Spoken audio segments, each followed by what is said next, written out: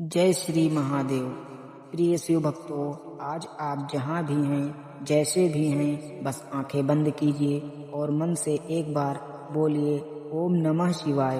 क्योंकि आज जो कथा आप सुनने जा रहे हैं वह साधारण कथा नहीं है। शास्त्र कहते हैं जो शिव भक्त शिव कथा सुनता है उसके पूर्व जन्म के पाप कटते हैं, घर में नकारात्मक ऊर्जा नष्ट होती है, मन को शांति मिलती है और मृत्यु के बाद भी सद्गति मिलती है। इसीलिए कहा गया है पूजा से भी बड़ा फल शिव कथा सुनने से मिलता है। शास्त्र कहते हैं जो व्यक्ति सच्चे मन से भगवान शिव की कथा सुन लेता है उसके जाने अनजाने में हुए पाप भी जलकर भस्म हो जाते हैं और उसके जीवन में नया प्रकाश उतर जाता है। अगर जीवन में दुख है, अगर मन भारी रहता है, अगर बिना कारण आंसू आ जाते हैं, अगर पूजा करते हुए भी शांति नहीं मिलती, तो समझ लीजिए महादेव ने आपको आज यहाँ बुलाया है। आज की यह कथा आपको डर से मुक्त करेगी, पाप बोध से मुक्त करेगी और आपको आपके असली स्वरूप से मिलवाएगी। तो कथा शुरू करने से पहले मन में किसी से कोई शिकायत हो तो छोड़ दीजिए, किसी से कोई दोष हो तो छोड़ दीजिए और दिल से बस इतना कहिए, हे महादेव, आज आपकी कथा सुनकर मुझे मेरे पापों से मुक्त कर दीजिए। अब ध्यान से सुनिए भगवान शिव की पावन कथा। भगवान शिव को भोलेनाथ कहा जाता है क्योंकि वो कभी यह नहीं देखते कि आप कितने पापी हैं। वो बस यह देखते हैं कि आपका मन कितना सच्चा है। शिव ना राजा हैं, ना किसी सिंहासन पर बैठते हैं, ना उन्हें सोने चांदी का लालच है। वो तो श्मशान में रहने वाले, भस्म रमाने वाले औघड़ दानी हैं। और यही कारण है कि जो व्यक्ति सबसे ज्यादा पापों में फंसा होता है वही सबसे पहले शिव की शरण में आता है। शास्त्रों में लिखा है भगवान शिव पापों को दंड से नहीं कृपा से नष्ट करते हैं। भक्तों, पाप सिर्फ चोरी, झूठ या हिंसा नहीं होता।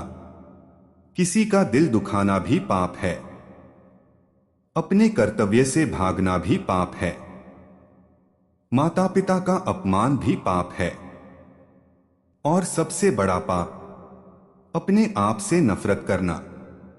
जब व्यक्ति बार बार सोचता है मैं बहुत पापी हूं, मुझसे गलती हो गई, भगवान मुझे माफ नहीं करेंगे, तो वही विचार उसे अंदर से जला देता है। और यहीं पर महादेव आते हैं। शिव कहते हैं पाप करने से बड़ा पाप पाप को पकड़े रखना है। जो व्यक्ति शिव की शरण में आकर अपने पापों को छोड़ देता है वो उसी क्षण मुक्त हो जाता है। प्राचीन समय की बात है, एक जंगल में एक भयानक डाकू रहता था। उसने अनेक पाप किए थे, लूट, हत्या, अन्याय।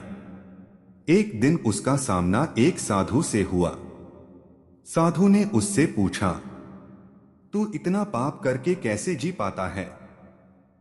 डाकू बोला, मैं मजबूर हूं, पर भीतर से बहुत दुखी हूं। साधु ने कहा, अगर सच में मुक्त होना चाहता है तो बस महादेव का नाम ले।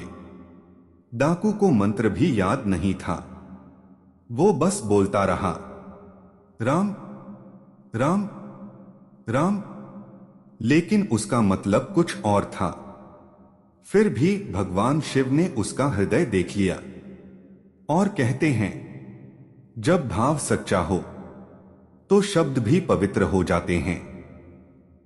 उसी क्षण डाकू का जीवन बदल गया। वही डाकू आगे चलकर महर्षि बना। पाप से मुक्त होने के लिए पापों की गिनती नहीं, दिल की सच्चाई चाहिए। प्रिय भक्तों, महादेव कभी आपसे यह नहीं कहते कि तू पापी है, दूर रह। वो बस कहते हैं आजा, थक गया होगा। अगर आज कथा सुनते हुए आपकी आंखों में आंसू आए तो समझ लीजिए महादेव ने आपके पाप स्वीकार कर लिए हैं। अब अंत में मन से यह प्रार्थना करें, हे महादेव, मेरे जाने अनजाने में हुए सभी पापों को क्षमा करें, मेरे मन को शुद्ध करें और मुझे सच्चे मार्ग पर चलाएं। भक्तों, अगर आज कथा सुनकर मन थोड़ा हल्का हुआ हो तो समझ लीजिए शिव कृपा शुरू हो चुकी है। आप पापों से मुक्त हो गए। हर हर महादेव।